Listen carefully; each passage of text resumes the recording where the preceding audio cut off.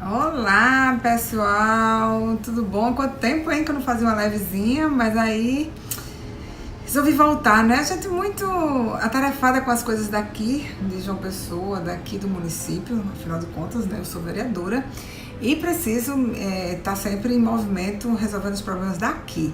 Só que nós não podemos deixar, nós todos como brasileiros, como cidadãos brasileiros, não podemos deixar que algumas coisas que estão acontecendo a nível nacional passem desapercebido por nós, né? E a gente tem que falar de alguns assuntos muito, muito importantes.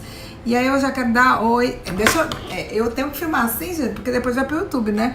A Mariana Cândido, Elaine, Vladimir, Odilon, então. E hoje o assunto que eu quero falar com vocês agora, nesse momento, tenho muitos assuntos para falar, mas vai ter esse feriadão, né? E assim, como a gente não para de trabalhar, ali atrás vocês estão vendo, já está acontecendo a CCJ, a reunião da CCJ, e a gente vai saber se hoje o relatório, enfim, vai ser aprovado ou não, para que a reforma da Previdência passe. E a gente não é esse o tema que eu vou falar agora, mas eu vou falar sobre isso também. É necessário, gente, que esse Brasil ande, que esse Brasil pare de não produzir, a gente começa a produzir, e para isso é essencial que essa reforma da Previdência passe. Mas o que me traz aqui, exatamente hoje, é a questão da censura. Censura no Brasil. Censura não existia somente no regime militar? Não era, gente. E quem censurava não era somente a burguesia, não era somente os militares, não era somente nós, né? Fascistas, enfim, os empresários e tal, não é? Meu pai do céu, mas a gente tá vivendo, será que a gente tá vivendo nesse tempo de censura? Ou é tudo mentira, gente, ou a gente não pode falar mais o que pensa, a sociedade não pode mais expor a sua intenção, ou a sua ideia na internet, nesse canal maravilhoso que nós temos, e que foi por isso que Bolsonaro, inclusive, foi colocado no principal cargo do Brasil, que é presidente da República. E esse canal que nós temos na internet, as redes sociais, é que nos dão esse poder de, como sociedade civil, a gente está exprimindo nossas ideias, não esperar apenas pelo representante nosso no Legislativo Municipal, Estadual ou Federal, mas nós podemos ser canal, né? Nós podemos ser pessoas que fazem a opinião funcionar, né? E, infelizmente, muitas coisas estão acontecendo. E quem disso usa muito, quem disso cuida, muito usa, né? Não já tem um dizerzinho assim, né?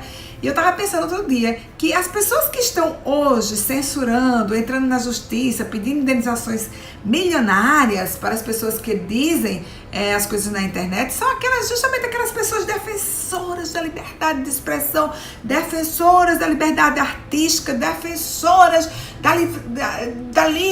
de ser livre, defensoras da mulher que possa ir lá pegar um crucifixo e fazer sexo anal em plena praça pública, defensora daquele grupinho de mulheres, né, que possam ir na frente da Igreja da Sé lá em São Paulo, como aconteceu quando o Papa veio aqui, e fazer um teatrinho, um esquetezinho do aborto de Jesus. Aquelas pessoas que defenderam aquele artistazinho que aparece no nuzão do MAM, né, do Museu de Arte Moderna, onde a menina tocou ele, várias crianças tocaram ele lá, não só em São Paulo isso aconteceu, gente, mas em todos os lugares que aquele artistazinho que merecia ser... não posso falar não.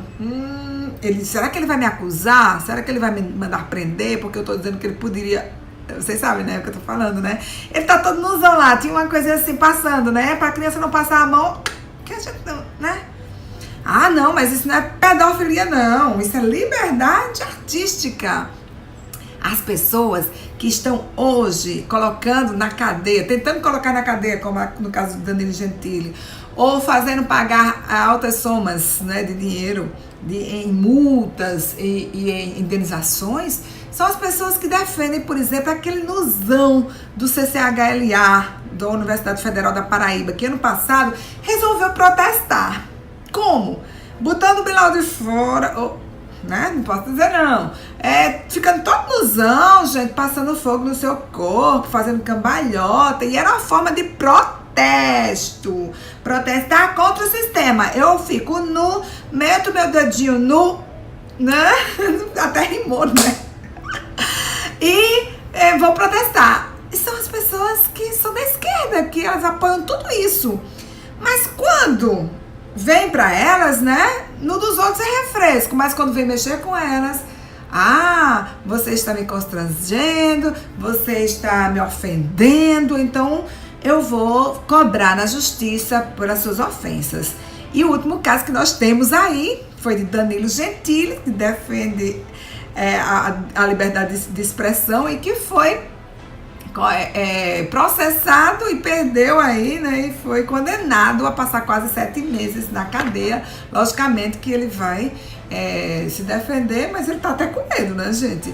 Eu não concordo muito, né, com algumas coisas que são feitas na televisão. Eu acho ofensivas, são abusivas, mas isso é meu. Isso é uma coisa que eu desde o início defendo, que a liberdade de expressão ela não tem que ser absoluta, ela não é absoluta, porque a liberdade de expressão fere muitas pessoas. Por exemplo, uma vez eu assisti uma esquete, né, da Porta dos Fundos, que falava sobre Jesus e Maria, e eu achei aquilo um absurdo, uma ofensa muito grande. Por exemplo, o que é que eu faço com esse tipo de gente? Eu simplesmente não assisto mais. Como hoje no Brasil a liberdade de expressão, a liberdade artística não tem limite, é absoluta praticamente, a gente praticamente fica sem fazer nada. Mas quando é o contrário, o povo prende, né? O que é que Danilo Gentili fez? Quando ele foi censurado por Maria do Rosário, a Lulete. Aliás, gente, deixa eu abrir um parênteses aqui. Existem as Luletes, né? As mulheres de Lula que hoje estão segurando ali a esquerda no Congresso Nacional, né? As 3 mais conhecidas e mais antigas são Maria do Rosário, Érica Cocai e Gleisi Hoffmann, né? São as paquitas do Lula. Elas ficam lá na turma do gargarejo, é a turma da chupeta, né? A bancada da chupeta. Oh, meu Deus do céu, qualquer coisa, chora e fica lá na bancada da chupeta, né? São acirradas, muito forte, qualquer coisa elas partem para cima do presidente da Comissão de Constituição e Justiça ou partem para cima de qualquer presidente, onde é que elas estejam, tentam roubar os documentos ou faz como o Maria do Rosário, se coloca em frente para tentar sofrer uma agressão, mesmo sem querer, pela posição que ela tá, para começar a chorar, né? E atacar e dizer que foi atacada, né? Ai, meu Deus do céu. São essas mulheres. E essa Maria do Rosário é a mesma que chamou o Bolsonaro de estuprador no tempo de Chambinha. Lembra que causou aquela polêmica infernal? E ela processou Bolsonaro por Bolsonaro dizer que ela não merecia ser estuprada. E Bolsonaro, infelizmente e erroneamente, foi burro, né? Bolsonaro foi burro. Não processou ela por chamá-lo de estuprador. Que é um absurdo, muito mais do que ele fez. Mas ele não processou e de repente ela tá aí com processo e ele tá sobre... ele não pode responder agora porque ele virou presidente do Brasil, mas tá rolando ainda, né? Infelizmente. Mas essa mulherzinha mesma aí, que processou Bolsonaro e tal, é a que processou Danilo Gentili, gente. Danilo Gentili foi processado por ela e tá aí, prestes a ser preso. Mas essa turminha do PT também, como o Freixó, ele processou já, olha só, o Freixó, ele ganhou agora na justiça daquele Mamãe Falei, né? Do Mamãe Falei, ele ganhou R$110 mil. Se ele pode de repente pagar ou não pagar, de repente se ele colocar na justiça de novo, ele pode até não pagar. E olha só quem veio falar deles, Caetano Veloso. Censura? O cara comete um crime, é punido e você chama de censura? Vamos comemorar a prisão de Danilo Gentili. Isso sim, foi feita justiça. Caetano Veloso, aquele que defendeu o cabinha nu do MAM, da criança, gente. Ele quem defendeu. E agora ele está comemorando a possível prisão de Danilo Gentili. Danilo Gentili, ele disse assim, achei que era proibido proibir, que foi que Caetano Veloso falou. E agora? Como é que fica isso? Outra coisa, gente, o Freixó, ele processou Danilo Gentili também e ganhou R$20 mil dele, ou seja, ele tá ganhando dinheirinho, né? Ele tá ganhando dinheiro e daqui a pouco ele vai viver de processo. Só ele dizer alguma coisa, alguém dizer alguma coisa com ele e ofender a sua honra, e aí ele vai ser processado. Gente, aqui em João Pessoa também teve um caso bem interessante, que foi lá do delegado, que ele ofendeu as mulheres do PT e tal, e os vereadores do PT e PSB entraram, fizeram um voto de repúdio na Câmara, justamente para repudiar a ação que ele teve. Aí eu penso, eu achei errado o que o delegado falou, mas eu sempre acho errado os excessos de liberdade. Seria normal eu fazer isso, mas normal para eles? Que acham que, por exemplo, aquela exposição lá do Museu Queer em Porto Alegre, onde mostra cenas terríveis de zoofilia para a criança ver, do cara lá posando com a cara toda melada de sêmen, acham legal, bonitinho para mostrar para a criança. São as mesmas pessoas que defendem esse tipo de exposição. Aí eu me fico assim. Outro caso, né, que a gente tem que falar é falar do Supremo Tribunal Federal. Mas calma, gente, não me prendam, gente, porque eu vou falar. É o seguinte, o que eu acho, eu defendo as instituições brasileiras. Eu defendo que as instituições brasileiras não podem sofrer de jeito nenhum algum tipo de cerceamento. Todavia, todas as pessoas têm que estar abaixo da lei. E não é por ser ministro do Supremo Tribunal Federal que você vai ser uma pessoa intocável. E o que a gente está falando aqui achando que eles estão intocáveis. Quem é que vai controlar esse pessoal? Nós sabemos, infelizmente, que quando aquela revista Cruzoé colocou uma matéria sobre o amigo do meu pai, que o Marcelo Odebrecht falou que existia o amigo do meu pai, e que esse amigo do meu pai era o Dias Toffoli, aquele que foi ex-advogado do PT, aquele que foi acusado de lavagem de dinheiro, né, que recebia 100 mil reais na sua conta, mas disse que era uma pensão da sua ex-mulher. Nossa, um ministro receber esse tanto de pensão da ex-mulher, a mulher dele deve ser muito rica, né? Aquele que foi condenado 2 vezes na Justiça do Amapá, aquele que que tem uma suspeita de que a OAS, né, a empreiteira OAS fez umas obras na sua mansão, esse mesmo aí, né, gente? Esse aí foi chamado de amigo do meu pai e pelo Marcelo Odebrecht, mas aí a revista falou sobre isso e foi obrigada a retirar a matéria e foi obrigada a pagar multa, e aí o Supremo Tribunal Federal abriu inquérito, como ela não pode abrir inquérito, até pode quando vai julgar um objeto ali concreto, mas ela já estava abrindo isso aí para julgar possíveis casos de fake news. Gente, quando a gente vê, depois vocês dêem uma olhadinha nos relatórios das pessoas que já tiveram suas casas praticamente invadidas pela Polícia Federal, a mando deles, né? Tiveram seus computadores confiscados, tiveram seus celulares confiscados, tiveram suas redes sociais bloqueadas.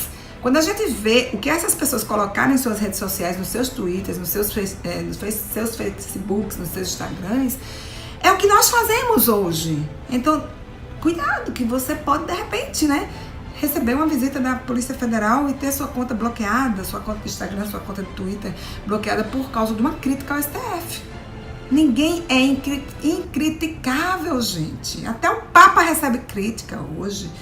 Todas as pessoas que são públicas, eu posso receber milhares de críticas, recebo milhares de críticas, eu nunca fui para a justiça, né, por conta de uma crítica que eu tenha recebido, até por injustiças cometidas por mim, por mentiras ditas em rádio. Às vezes eu não fui na justiça, porque todo mundo tem direito de dizer o que quiser aqui nesse Brasil, é livre, nós somos livres. Então, assim, para concluir, eu venho dar o meu depoimento, né, aqui, que eu nunca mais tinha falado com vocês, e a gente está chegando num momento bem difícil do Brasil, né, onde as pessoas como, por exemplo, os ministros do STF, eles não podem ser os intocáveis, né? E é isso que a gente tem que ter cuidado e lutar. Não para derrubar a STF, coisíssima nenhuma, não para deixar que exista uma instituição tão importante no Brasil como essa, mas que ela seja republicana, que ela tenha pessoas honestas. Vamos tentar mudar a forma. Por que um ministro do Supremo Tribunal Federal tem que ter um cargo vitalício? A questão da PEC da Bengala, que foi inclusive um deputado daqui, Pedro Cunha Lima, que fez que os ministros podem trabalhar até 75 anos. Isso deve ser revogado, tem que ter limite, tem que existir mandatos também. Mandatos no Supremo Tribunal Federal, por que não? E eles não podem ser intocáveis, eles também têm que ser investigados. É isso que nós precisamos. Estamos num momento muito crítico do Brasil, estamos aí com uma PEC da Previdência para passar, é muito importante, mas todas as coisas têm que ser feitas, tem que colocar todos os pingos nos is, né? E todo mundo, todo brasileiro, todo cidadão, por mais que esteja ocupando um cargo top dos tops dos top, ele não pode ser abaixo da lei e abaixo da Constituição. Essa sim é a Carta Magna do Brasil, que regula todos os brasileiros, que regula a vida de todos os brasileiros. Então vamos lá, gente. Deus abençoe a todos vocês. Muito obrigada por muita gente que entrou nessa live agora, né? Estou aqui acenando para todo mundo.